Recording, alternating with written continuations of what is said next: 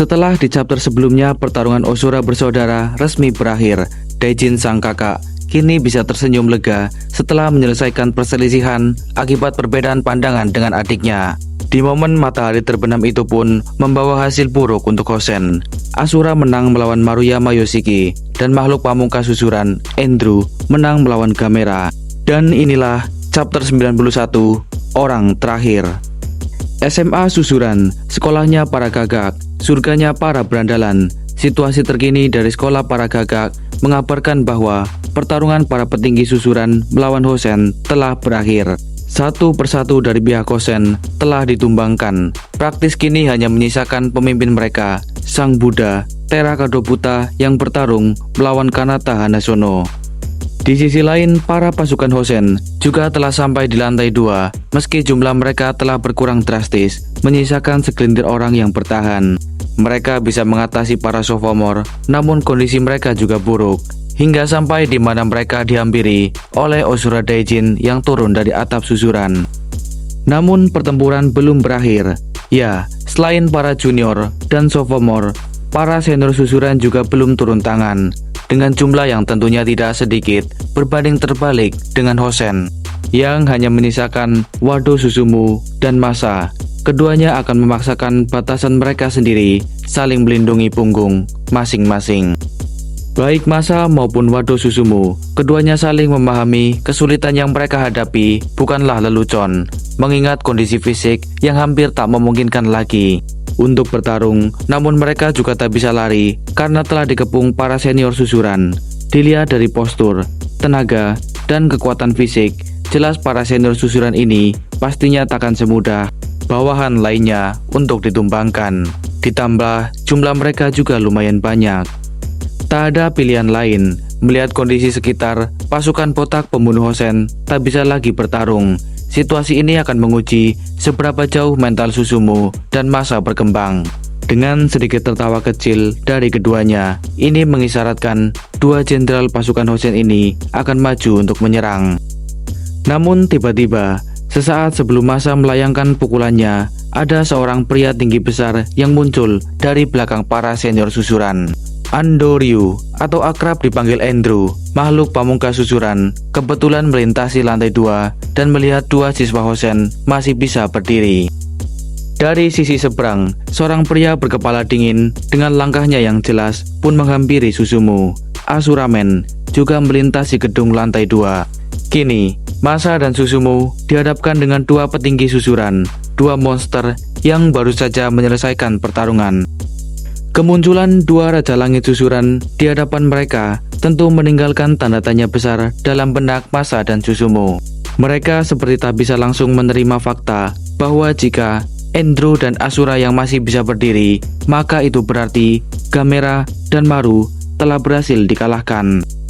Tanpa diduga, itu malah menjadi bahan bakar atau motivasi bagi Masa dan Susumu untuk membalaskan kekalahan dua sahabat mereka. Masa maju menyerang Endru dan Susumu maju menyerang Asura. Sungguh mengejutkan, Masa berhasil mendaratkan sebuah pukulan hook kirinya ke wajah Endru. Tak cukup sampai di sana, Masa melanjutkannya dengan pukulan hook kanan yang juga diikuti pukulan straight ke kiri ke arah mata Ando Ryu. Kombinasi yang bagus dari orang yang menjuluki dirinya sebagai mesin tempur Hosen. Pada saat yang bersamaan, Wado Susumu juga melancarkan kombinasi serangan andalannya. Diawali dengan pukulan straight kanan yang tepat mengenai wajah Asura, diikuti pukulan hook kiri, lalu pukulan siku, dan disinilah Susumu mengerahkan kemampuan terbaiknya hingga momen di mana ia akan menunjukkan bantingan andalannya. Namun, usaha dua petinggi Hosen masih belum cukup mampu untuk menumbangkan dua Raja Langit susuran ini.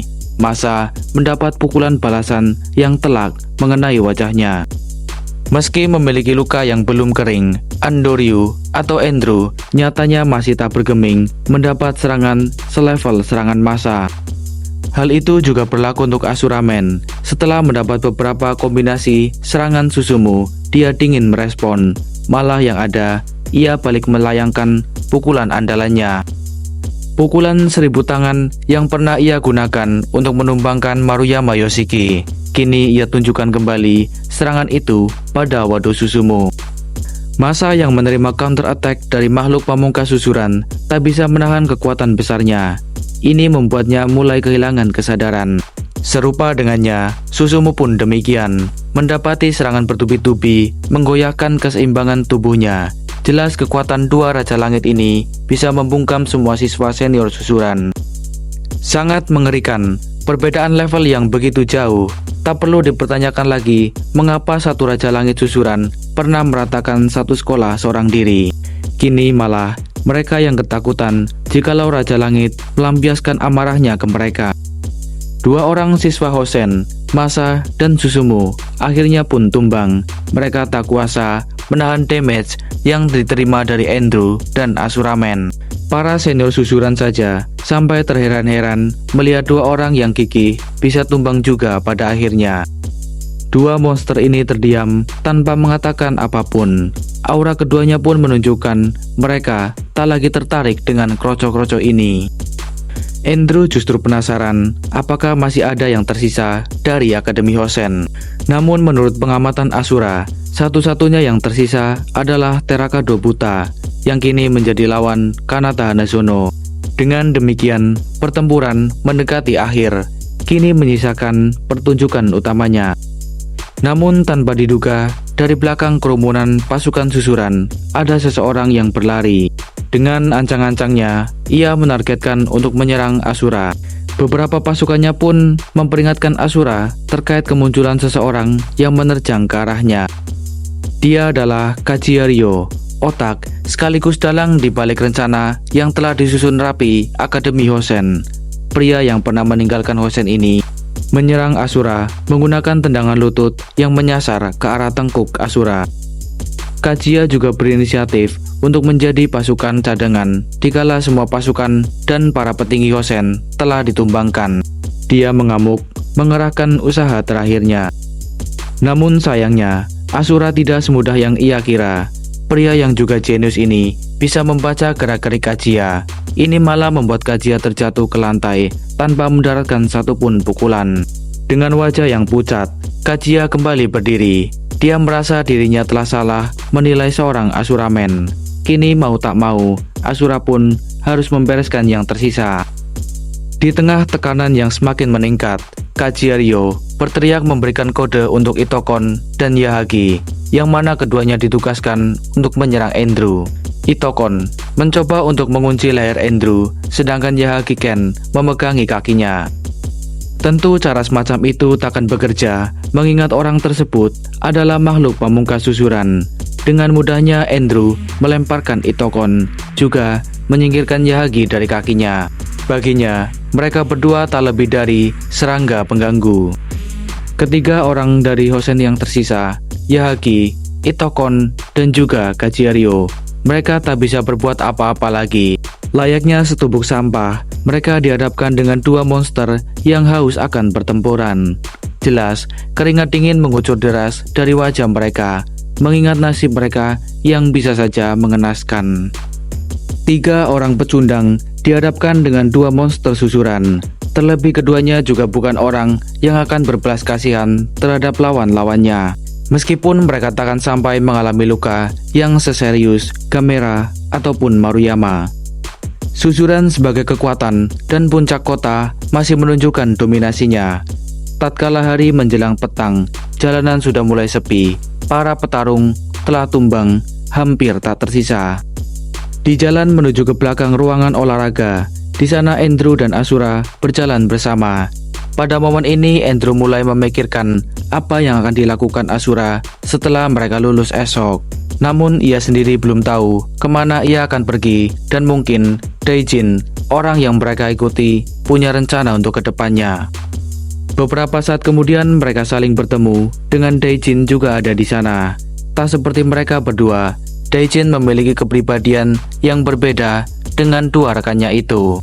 Asura bahkan tak segan meminta maaf karena telah banyak membuat masalah selama 3 tahun bersama mereka. Tak lama kemudian, Andrew melihat Daijin menemuinya dan Asura. Tiga orang yang sama sekali tak merasakan penyesalan, justru mereka merasa ini bisa menjadi hadiah terbaik kelulusan mereka. Ketika menemui lawan yang layak, tak peduli apa kata orang atau banyak yang membenci mereka. Bagi mereka, hidup harus tetap berjalan. Kala itu matahari sudah menuju ke barat, namun sang surya tak pernah lelah menyinari sinisnya hari. Selalu ada harapan bagi siapapun yang mau berjuang, tak terkecuali untuk para berandalan ini, tiga raja langit yang sebentar lagi masanya akan habis karena menghadapi hari kelulusan. Saat mereka berjalan menyusuri lorong menuju ke belakang ruang olahraga, mereka menjumpai Kanata Hanazono dan Terracotta Buta yang masih berdiri. Tampaknya duel keduanya masih belum dimulai karena mereka terlihat seperti membahas sesuatu.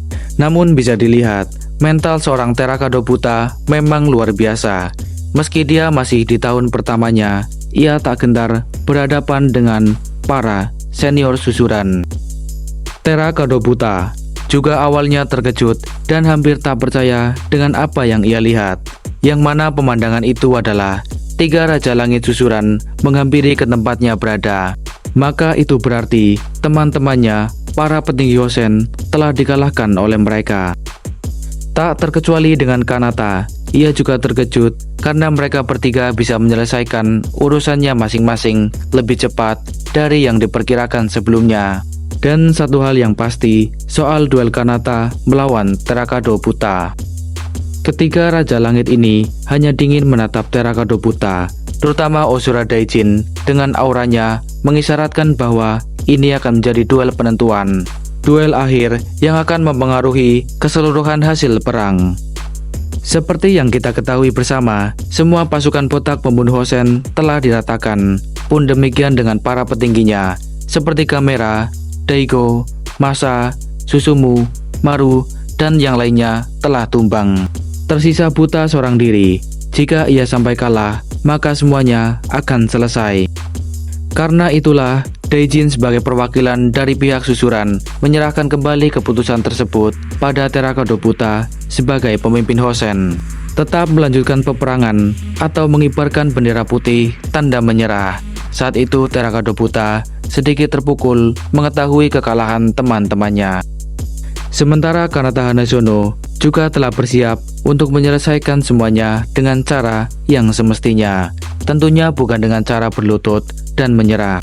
Di momen ini Terracotta Buta berpikir untuk beberapa saat, sampai di mana ia benar-benar bisa meyakinkan hati dan juga mentalnya. Dengan tatapan tajam dan senyumnya yang terlihat percaya diri, Terracotta Buta akan menyelesaikan apa yang telah ia mulai. Dialah orang yang paling berbahaya dari Hosen. Maka tak mungkin dia akan menyerah tanpa melakukan perlawanan. Jawaban yang tentunya diharapkan dari seorang pemimpin Hosen. Ini tentunya menggembirakan pihak susuran, mengingat duel pamungkas akan tersaji. Oh iya, sebenarnya Terracotta Buta juga pernah berada dalam situasi serupa ketika dia berada di tahun senior masa SMP-nya, yang mana kala itu dia harus menghadapi satu sekolah seorang diri karena semua teman-temannya telah berhasil ditumbangkan. Dengan tingkat kepercayaan diri yang tinggi, Terracotta Buta tentu tak ingin mengecewakan orang-orang yang telah mempercayainya. Harapan yang ia tanggung, ia hanya ingin melihat semua orang mempercayakan duel penentuan ini padanya. Harapan yang ia tanggung, ia hanya ingin melihat semua orang yang mempercayakan duel penentuan ini padanya. Oke, sekian dulu alur ceritanya. Kita lanjut di chapter berikutnya. See you on next video. Bye-bye.